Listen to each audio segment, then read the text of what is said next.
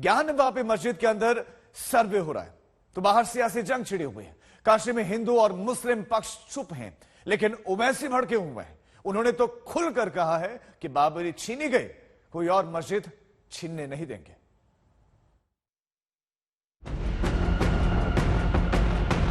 बगैर मुस्लिम पक्ष को सुने आपने 30 पेज का ऑर्डर दे दिया, ताले खोल दिया आपने। मैं इसलिए बोल रहा हूं क्योंकि ना कांग्रेस बोल रही है, ना आप बोल रही है, ना समाजवादी, कोई नहीं बोल रहा है ना, और नहीं भी बोलेंगे क्योंकि मस्जिद मेरी है। हिंदू संगठनों के ये नारे तो पहले से थे।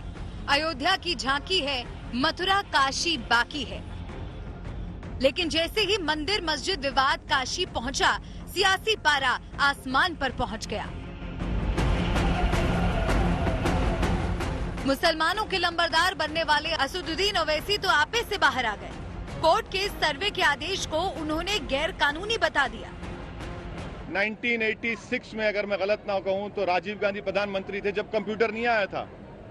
बगैर मुस्लिम पक्ष को सुने आपने 30 पेज का ऑर्डर दे दिया, ताले खोल दिया आपने, और फिर सुप्रीम कोर्ट को आपने कहा कि मस्जिद को हाथ नहीं लगाएंगे, आपने मस्जिद को डेमोलिश कर दिया। और सबसे अहम बात यह है कि कोई मस्जिद को नहीं तोड़ा। ऐसा दिखा कि आसमान से कोई उतर के आया था क्या, या कोई जिन थे या राक्षस थे जो तोड़कर गायब हो गए। सर्वे टीम ज्ञानवापी मस्जिद पहुंची तो ओवैसी बाबरी मस्जिद तक पहुंच गए। फिर उन्होंने ना कांग्रेस को छोड़ा और ना ही बीजेपी को। इतिहास के पन्ने खंगाले और दस्तावेजों का हवाला देने लगे। मैं इसलिए बोल रहा हूं क्योंकि ना कांग्रेस बोल रही है, ना आप बोल रही है, ना समाजवादी, कोई नहीं बोल रहा है ना, और नहीं भी बोलेंगे क्योंकि मस्जिद मेरी है। और मैं कह रहा हूं कि भारत का पार्लियामेंट का कानून है 91 का, उस कानून के तहत आप नहीं कर सकते। ओवैसी 1991 के कानून का हवाला दे रहे हैं। 1991 का उपासना स्थल कानून पीएन नरसिम्हा राव सरकार के दौरान बना। इस कानून के मुताबिक 15 अगस्त 1947 से पहले मौजूद किसी भी धर्म की उपासना स्थल को किसी दूसरे धर्म के उपासना स्थल में नहीं बदला जा सकता।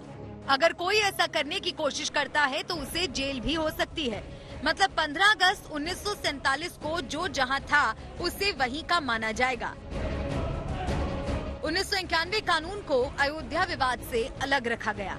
अब सवाल है कि क्या अयोध्या की तर्ज पर काशी मथुरा को भी इस कानून से अलग रखा जाएगा? देखिए, कुछ लोग जो है वो भय और भ्रम की भूल भुलैया के आर्किटेक्ट बन गए हैं, और इनका जो भय पैदा करना इनकी पॉलिटिक्स बन गई है और भ्रम पैदा करना इनका पेशा। तो ऐसे लोग जो भय को अपनी पॉलिटिक्स मानते, भय पैदा करने को अपनी पॉलिटिक्स मानते हो और भ्रम पैदा करने को अपना पेशा मानते हो, तो इस तरह के पॉलिटिकल पिटे हुए पॉलिटिकल प्राणियों की इस तरह के आप बयान देखेंगे, भाषण देखेंगे। लेकिन ये देश न कभी समाज कभी टूटा है न बिखरा है। समाज के सभी लोग एकजुटता के साथ देश के निर्माण के हिस्सेदार, भागीदार बन रहे हैं। सर्वे किस लिए किया जा रहा है? सर्वे वजह क्या है उसकी? 91 के एक्ट में यह भी कहा गया कि अगर कोई भी किसी रिलीजियस प्लेस का नेचर और कैरेक्टर चेंज करना चाह रहा है तो उस पर एफआईआर बुक करना चाहिए। और मेरा डिमांड है कि उन लोगों पर एफआईआर बुक होना चाहिए, क्योंकि उसका मकसद वही है, नेचर और कैरेक्टर को चेंज करने का। और सुप्रीम कोर्ट ने जो बाबरी मस्जिद के टाइटल सूट में जो फैसला दिया, उसमें 5 जजेस ने कहा कि 91 का एक्ट भारत के संविधान के सेकुलरिज्म और बेसिक स्ट्रक्चर का हिस्सा है। तो ये फैसला ही गलत है लोअर कोर्ट का।